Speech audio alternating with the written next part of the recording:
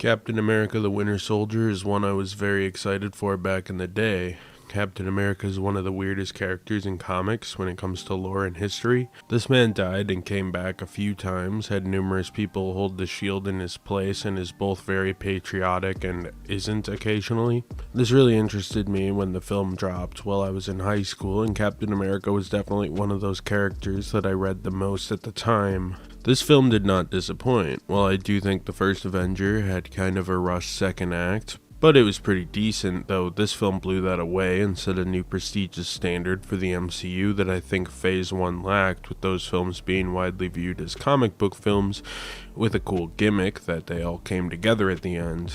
This is around the time I think the Marvel Cinematic Universe became a brand with some level of prestige, and for a lot of films and comic fans, had sort of a step up in quality over the rival studios Fox and Sony when it came to Marvel characters. The brand would obviously strengthen to the point that only Sony does Marvel movies still, and they even had to creatively entrust Spider-Man, the whole foundation of their film division, to the hands of the MCU eventually. Needless to say, I liked this film quite a bit back when it was released in 2014. Christopher Marcus and Stephen McFeely, the writers behind much of the MCU, including the initial Captain America trilogy, Thor the Dark World, and Avengers Infinity War, would be set to write the sequel to the first Avenger before the film came out. Joe Johnston, who directed the first film, wasn't really interested in going further, liking the concept of the first film, then moving on, leaving an open director's chair Marvel needed to fill fairly quickly, interviewing three main candidates, George Nelfi, F. Gary Gray, and the Russo brothers. After some deliberation, the Russos landed the role and were previously primarily known for comedy TV shows like Arrested Development and Community, but would later go on to become key architects in the MCU following this film. Again, the concept of the film, much like Iron Man 3 and Thor, was to see what was going on with Captain America in the wake of the Avengers and the Battle of New York. The film's concept initially considered having some flashbacks to flesh out the World War II Captain America lore more, but eventually it was decided to just move forward beyond the origin and set it in modern day fully, kind of like later MCU entries, Captain Marvel, which set the first film in the past and the second in the present. The writers decided to shift the tone of the work a bit from the first, opting to adapt the Winter Soldier comic by Ed Brubaker and Steve Epting, a story which was more rooted in espionage and conspiracy over the punching Nazi roots of the character they adapted the first time pretty accurately, setting a new tone for Captain America's franchise, and a tone that would inform his and S.H.I.E.L.D.'s place in the MCU moving forward. The filming went smoothly, with the project shooting in 2012, much like Iron Man 3 and Thor the Dark World had. Emily Van Camp got the role of Sharon Carter in the film, but was almost handed to Karen Gillan, who instead would go on to play Nebula in the Guardians of the Galaxy films, and Anthony Mackie, who almost had the Mandarin role in Iron Man 3, ended up as the Falcon. Otherwise, the cast largely pulled from the Avengers, as many of the cast members from the first film's characters were now elderly. That said, Haley Atwell reappeared as Peggy, and Sebastian Shaw would return as Bucky, or in this case, the film's namesake of the Winter Soldier. 2 years following the Battle of New York, Captain America is now an agent of S.H.I.E.L.D., lacking a place in the world really, when he meets a new friend, Sam Wilson, at the S.H.I.E.L.D. base. However, Black Widow is set up to go on a mission and needs Steve's help, and recruits him to invade a private vessel holding several hostages. Widow, however, has her own mission on the ship, trying to recover some S.H.I.E.L.D. intel, while Captain America saves the hostages, fighting Batak the Leaper. Steve is furious to find out that Widow had her side mission during the quest to save the hostages, though Nick Fury tries to calm this by letting Captain America in on S.H.I.E.L.D.'s largest project, Project Insight, which would see powerful helicarriers able to neutralize threats before they come to be.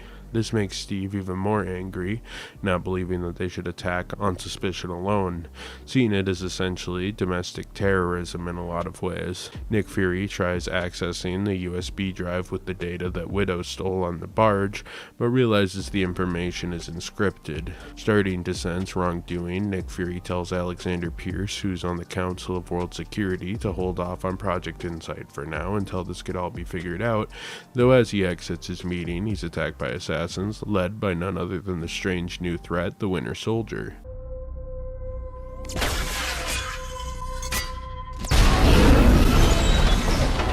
Nick Fury escapes and gives the information to Steve, only to get sniped. Nick survives, but fakes his death, going off the grid while Captain America pursues the assassin, the Winter Soldier, but the assassin escapes, and Captain America meets with Secretary Pierce to try to figure out what exactly is going on. While leaving his meeting with Pierce, much like Nick, he too is ambushed and narrowly escapes after a fight with numerous agents in an elevator. Pierce declares Captain America a public enemy and claims he knows information on Fury's supposed death that S.H.I.E.L.D. is unaware of. Captain America recruits Black Widow to help him figure out what's on the USB, though they are unable to decipher the info, but find out where the information came from initially, which led them to Camp Lehigh, where Steve trained during World War II.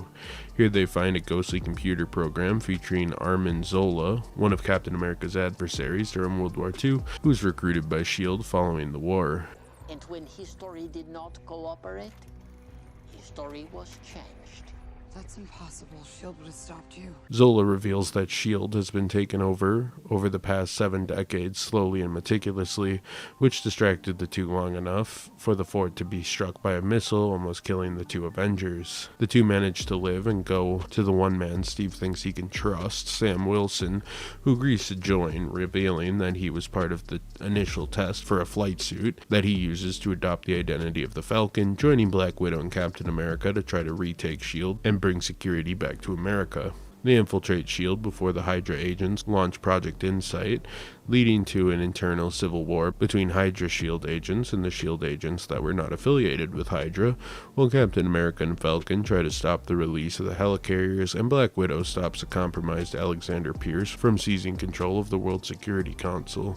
Alexander Pierce is killed in the confusion, and while one of the helicarriers falls back to the surface, Captain America is forced to confront the Winter Soldier, who turns out to be his old friend Bucky, as he suspected, who actually managed to survive due to some Hydra experiments while he was prisoner during the first film, making him a super soldier in his own right, with a cybernetic arm fitted by Hydra and the Russians. The helicarrier collapses, and while it seems Captain America may die, the Winter Soldier saves him before fleeing, leaving Cap determined to save his friend with the help of his new ally, Sam Wilson. S.H.I.E.L.D.'s files were also leaked, which leads to Black Widow's past, along with all of S.H.I.E.L.D.'s information being out there to the public.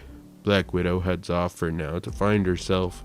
Nick Fury, on the other hand, wants to stay dead as far as the world's concerned, leaving his fate only known by Maria Hill, Captain America, Sam Wilson, and Black Widow. A few characters first appeared in this film, which would really create the basis for Captain America's franchise moving forward. Alexander Pierce in this film is an evil secretary and the leader of Hydra, who is more or less the main villain of the film. In the comics, the character is just a S.H.I.E.L.D. sleeper agent who acted as a confidant for Nick Fury during a similar takeover in the comics. He first appeared in Nick Fury vs. S.H.I.E.L.D. number 3 from 1988. No idea why this character was picked to be the villain, in a decidedly different role than in the comics, but he also isn't a character used particularly often, so I guess it didn't really matter, I guess. Falcon, or Sam Wilson, shows up here as a new friend of Captain America that would eventually become an Avenger in the MCU, and later down the line, following Avengers Endgame, the new Captain America, all of which is pretty true to the comics by this point. Falcon first appeared in Captain America 117 from 1969 as something of a modern sidekick and partner for Captain America to bounce off of, and would stay a major part of the lore ever since. In the comics, Falcon has a literal falcon Redwing that hangs out with him, since Red Skull gave him the ability to speak to birds, kind of like the Aquaman of birds, I suppose. He also tricked Falcon and Captain America to start working together, but they became real friends and partners, with Falcon taking up Captain America's identity in Captain America Volume 7, number 25 in 2014. The character in this film is more of a military man than the strange origin from the comics, but the end result is the same. He's Captain America's equally as morally unshakable pal, and the natural replacement for the hero following Steve, since Bucky took the shield for a time but was not interested in doing it long term. Crossbones also first appeared here, though in the film he just goes by Brock Rumlow, taking up Crossbones' identity later, putting the third Captain America film into motion. Here he's critically injured and wants revenge on Captain America. Brock Rumlow was rolled out across the story arc Captain America Bloodstone, but had his first full appearance in Captain America 360, the fourth part of that arc. Sharon Carter is the great niece of Peggy Carter and the love interest of Captain America. In the comics, Sharon Carter is definitely Captain America's main love interest, but in the films, her aunt Peggy was the primary love interest, which left the film adapting her in a weird place, like should Cap bang his ex's great niece? Ultimately, they stepped back from that and made her the power broker down the line, as Endgame saw Cap and Peggy's happy ending, but it was kind of a weird concept that they kind of had to deal with in the MCU. Sharon first appeared in Tales of Suspense 75 from 1966 and has appeared here and there ever since, being fairly important to Captain America's wider lore. Batroc the Leaper first appeared in this film in a minor role fighting Captain America on the private vessel before being caught by S.H.I.E.L.D. In the comics, he goes by Batroc the Leaper and is a Silver Age Captain America villain that also premiered in Tales of Suspense 75 along with Sharon Carter, appearing here and there throughout the years as a minor rogue fighting Captain America, being on the Thunderbolts and more. Not a huge character, but a cool inclusion, though I will say it's a bit disappointing that this film wanted more of a grounded take, robbing us of Batroc and Crossbone's ridiculous costumes from the comics, something Marvel became less shy of as time went on, but alas, whatever. Captain America in this story continues his Man Out of Time arc from the first film in the Avengers, now facing uncertainty around modern espionage and how it affects the people of the world. Cap was against Project Insight from the start. Even before it was proven, S.H.I.E.L.D. was compromised by Alexander Pierce, and Hydra making the weapon as a way to kill enemies of that organization and commandeer the political landscape.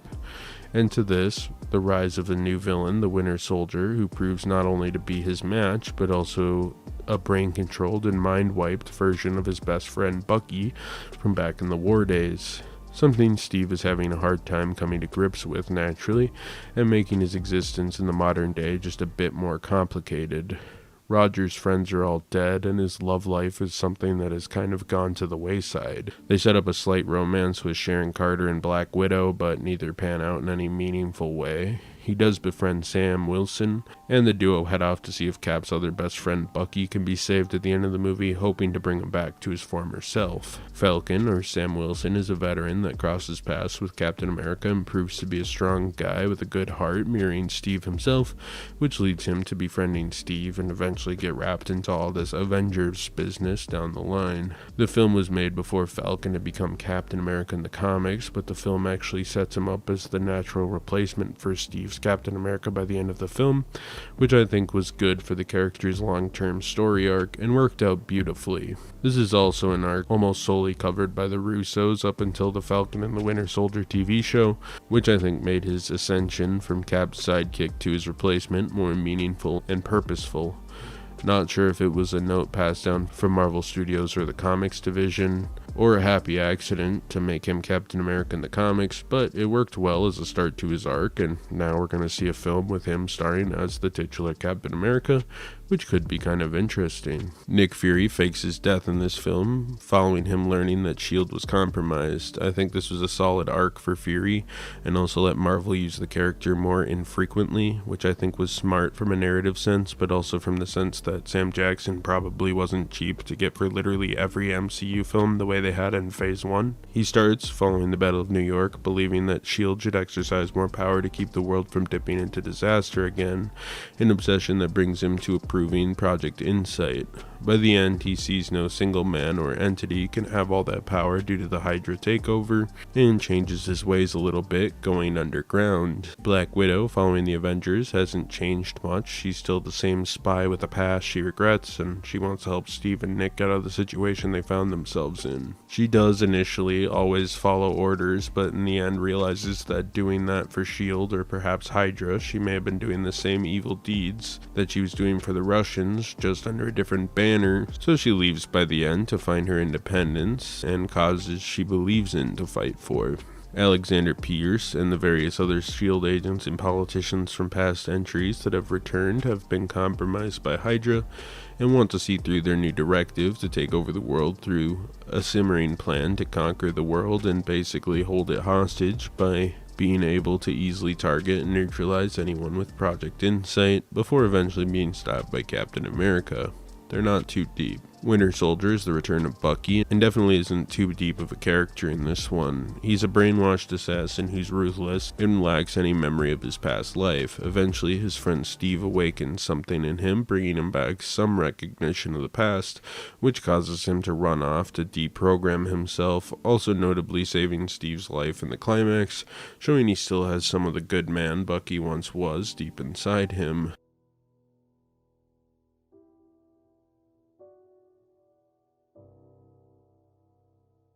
Tonally, this film kind of apes off James Bond a bit, but is a bit darker than classic Bond and a bit brighter than the Daniel Craig run. To non-Bond fans, what I mean is, there's death and destruction and more, but not as much nihilism with something of a happy ending. It very much wants to leave an optimistic enough ending for the film, so it never feels too hopeless, and a lot of it's kind of brushed under the rug by his next appearance in Avengers Age of Ultron anyways. Cap's faith is unshaken at the core of his character despite some new lingering doubts against the government, so it is MCU dark, but not really dark in the way some films can be. The music was done by Henry Jackson and is fitting but not all that memorable. It kind of has like an industrial spy feel mixed in with some film score. That said, I don't think the music is bad or even that bland. It's just not a classic by any means musically, but I think it's pretty fitting for the most part, and I don't actually have a problem with it. Like, some of the music I think is actively subpar in this phase, and this is just kind of fine and fitting, whatever. Jeffrey Ford returns from Iron Man 3 to edit this film along with Matthew Schmidt, who edited on Iron Man 3 as well as the assistant to Jeffrey Ford, but moved up to a lead on this film. He's done lots of Marvel films and was the lead editor on the upcoming Captain America Brave New World film. This movie is pretty well done. I think the pacing is really solid, and the less CGI heavy action of the film comes together really clean and well done. The CGI is also really well done when it's needed, despite aging a bit over the past decade. Still pretty solid, and I think a film like this with so many moving parts could have felt bloated and dull, but even with a runtime of about 2 hours and 15 minutes, it uses its time very well and comes together pretty clean. Cinematography for this film was handled by Trent Oplach, who is known for working with the Russo brothers and Neil Blomkamp on films like District 9. I think he's probably my favorite cinematographer of the MCU, doing this film, Civil War, Infinity War, and Endgame.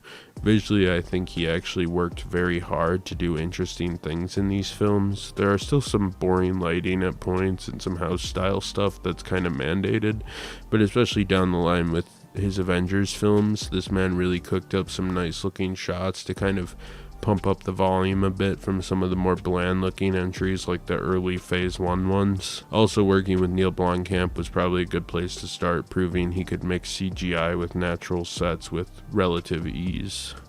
The film had 2 stingers, one mid-credits scene and one end-credits scene. The mid-credits scene sees Baron Strucker cameo before his first full appearance in a scene where he examines Wanda and Pedro Maximoff, who are in an experimental facility testing their new powers. This is a sting that ties directly into Avengers Age of Ultron and sets up some characters that would go on to be in this film. I remember thinking that was pretty interesting back in the day, especially since Pedro was also currently being run in the X-Men films in a very different take as Quicksilver. The second scene shows Bucky at the Smithsonian looking at some Captain America stuff where he sees his own memorial. This of course teases that the Winter Soldier starts leaning into who he is and working with Captain America again down the line. This film has really fun action. I'm always going to be more of a hand-to-hand combat guy when it comes to movie fight scenes. I think it's easier to connect with the conflict when it's just some people beating the shit out of each other over CGI lasers and shit. I don't know what Loki's laser beam feels like, but I can surmise what a punch from Captain America feels like. The cinematography, choreography, and editing are top-notch in these scenes, and it all comes together very well to make some memorable fight scenes that a lot of Marvel fans still talk about to this day. The elevator fight and Cap's fight with Batak the Leaper are highlights for me, definitely. On top of that, the Nick Fury and Winter Soldier car chase was just awesome. Very Bondish, which I think is definitely an influence, and it was well paced with cool setups like Bucky's frisbee bombs. So cool. I also like that Marvel started referencing things in deep production, like a passing reference to Doctor Strange, who would be training as a sorcerer around this time, despite his film not really being very far in development at this point. Also, Captain America had to have a new cast largely. Some missed, like Sharon Carter, who I think they failed to find a non-eyebrow raising use for, but like Sam was put in a good spot and had a solid setup to go from just some soldier at the start of this film to Captain America later on in the MCU. Zola as a supercomputer was a creative way to attempt to adapt him into the film, and that sequence looked really cool in my opinion. Kind of reminds me of Severance, a show that came out years later that if you haven't seen that show, you should just watch it. This film gets Captain America really well. Captain America's call to arms for all non-Hydra SHIELD members to run into battle is a seminal Captain America type monologue. If you launch those helicarriers today, Hydra will be able to kill anyone that stands in their way. Unless we stop them. And I really like the balance of optimism and skepticism on display, along with an unshakable hope for the future. And overall, I really just enjoyed this one. I think this film was kind of the turning point in quality in the MCU, where I think Phase 2 and the creatives were in their zone, and it seemed, despite the lukewarm reception of Thor 2, the creatives could do no wrong, something I think would only be compounded with the next film, the surprise hit of Guardians of the Galaxy, proving next to no brand recognition beyond the MCU logo would still prove to be a successful gamble, at least for the time. Captain America the Winter Soldier made a very strong $715 million off of a budget of $175-ish million, a very healthy profit, especially when considering the future insane budgets these movies would employ. It wasn't a billion-dollar movie, but it was a very solid haul. The film also killed it critically with a 90% on Rotten Tomatoes and a respectable 70 out of 100 on Metacritic. These are both very solid scores and prove that the Russos could handle a large budget well and also create films that would connect well with critics and audiences alike and sell a lot of tickets, a reputation that would later allow the pair to make their 3 following movies in this franchise, and some of the most ambitious in the whole of the MCU and I guess cinema in general.